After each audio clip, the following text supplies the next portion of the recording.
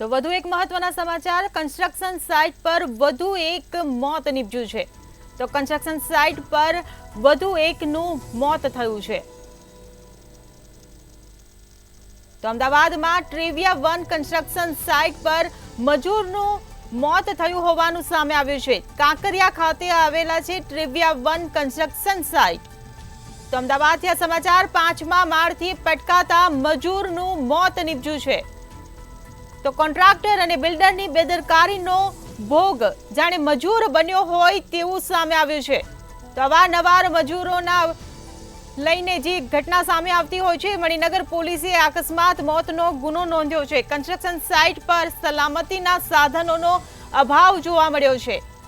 તો સાઇટ પર સેફટી જાળી ન હોવાથી મજૂરનું મોત નીપજ્યું હોવાનું સામે આવ્યું છે। 5મા માળથી પટકાતા આ શ્રમિકનું મોત નીપજ્યું છે। તો કોન્ટ્રાક્ટર અને બિલ્ડરની બેદરકારીનો મજૂર ભોગ બન્યો છે।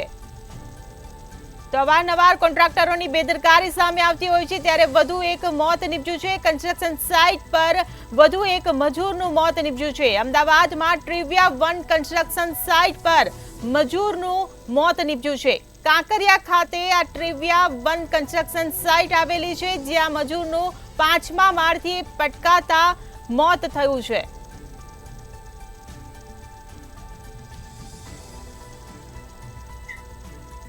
તો સંવાદદાતા રવિ ભાવસાર આપણી સાથે લાઈવ જોડાઈ ગયા છે। જી રવિ, અવારનવાર કન્સ્ટ્રક્શન સાઇટ પરથી મજૂરના મોતનો મામલો સામે આવી રહ્યો છે, શું કહેશો?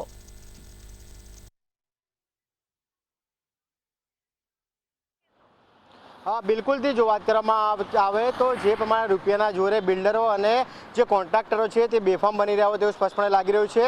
વધુ એક વખત જે મજદૂરની મોતનો જે મામલો છે તે સામે આવ્યો છે। જો વાત કરવામાં આવે તો અમદાવાદના કાંકરિયા વિસ્તારમાં આવેલા ઈદગાહની બાજુમાં જે ટ્રિવિયા 1 નામની જે સ્કીમ આવેલી છે, જે ચાલુ સ્કીમ છે, નવનિર્માણ જે સ્કીમ છે, તેના 5મે માળેથી જે મજદૂર છે તે મજદૂરનું પડકાતા જે મોત છે તે મોત થયું હતું। જો વાત કરવામાં આવે તો મંતવ્ય ન્યૂઝની ટીમ દ્વારા ત્યાં આગળ જે તપાસ કરવામાં આવી હતી, તો કોઈ પણ પ્રકારના જે સેફટીના જે નેટ છે તે નેટ પણ નહોતી બાંધવામાં આવી। અને સાથે જ વાત કરવામાં આવે તો જે પ્રમાણે જે મજદૂર 5મે માળે જ્યારે કામ કરતો હતો ત્યારે તેને સેફટીના સાધનો પહેરવામાં આવ્યા હતા કે નહીં, તેને લઈને પણ ક્યાંક ને ક્યાંક કોન્ટ્રાક્ટરો અને જે બિલ્ડરો છે તેમની પર સવાલ છે તે સવાલ ઉત્પન્ન થાય છે। જો વાત કરવામાં આવે તો જે પ્રમાણે મજદૂર છે તે મજદૂર બહારગામથી આવતો હોય છે અને ગુજરાતમાં ક્યાંક ને ક્યાંક તે પોતે સેફ છે તે સેફ અનુભવતો હોય છે, પરંતુ ક્યાંક ને ક્યાંક હવે જે કોન્ટ્રાક્ટરો અને જે બિલ્ડરોની જે બેદરકારી છે તે સામે આવી હોય તેવું સ્પષ્ટપણે લાગી રહ્યું છે।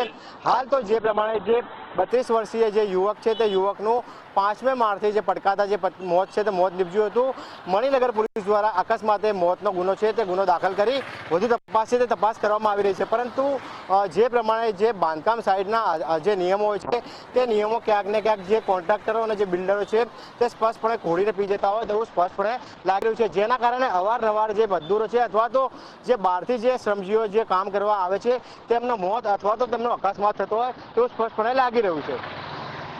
જી રવિ, પરંતુ આવા કિસ્સાઓમાં બિલ્ડરોની ધરપકડનો દાખલો અમદાવાદમાં ક્યારે બેસશે?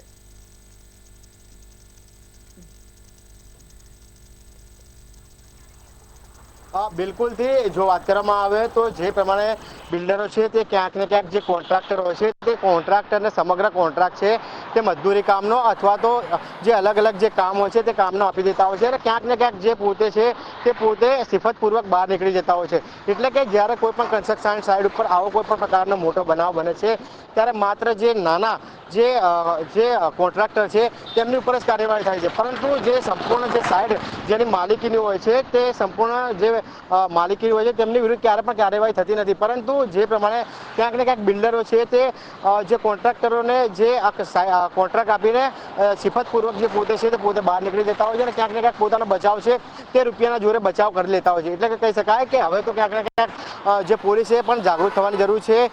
જે લોકો કન્સ્ટ્રક્શન કરે છે અથવા તો જે લોકો કન્સ્ટ્રક્શન સાઇટ ઉપર કોન્ટ્રાક્ટ આપે છે તેની સંપૂર્ણ જવાબદારી સુપરવિઝનથી લઈને તમામે તમામ સુરક્ષા પાસાઓ છે તે સુરક્ષા પાસાઓ તપાસવાની પણ હોય છે। એટલે કહી શકાય કે માત્ર નફો કમાવાના ઉદ્દેશથી જ્યારે બિલ્ડર જે સાઇટ છે તે સાઇટનું નવનિર્માણ છે તે નવનિર્માણ કરતા હોય છે, પરંતુ ક્યાંક ને ક્યાંક મજૂરીઓની પણ જે સેફટી છે તે સેફટી વિશે માનવ અભિગમ છે તે રાખવા જવાની ક્યાંક ને ક્યાંક બિલ્ડરોને પણ જરૂર છે। જી રવિ, સમગ્ર માહિતી બદલ આભાર। તો વધુ એક મજૂરનું અમદાવાદમાં મોત સામે આવ્યું છે। બિલ્ડરોને જાણે શ્રમિકોની કોઈ ચિંતા જ નથી તેવો સવાલ ઊભો થયો છે। ત્યારે જવાબદાર સામે પગલાં ક્યારે લેવાશે તે પણ એક સળગતો સવાલ ઊભો થઈ રહ્યો છે। સાઇટ પર કોન્ટ્રાક્ટરનું શું ધ્યાન નથી? બિલ્ડરોની ધરપકડનો ક્યારે બેસશે દાખલો તે પણ એક સવાલ છે। તો અધિકારીઓ નથી કરતા સાઇટની મુલાકાત।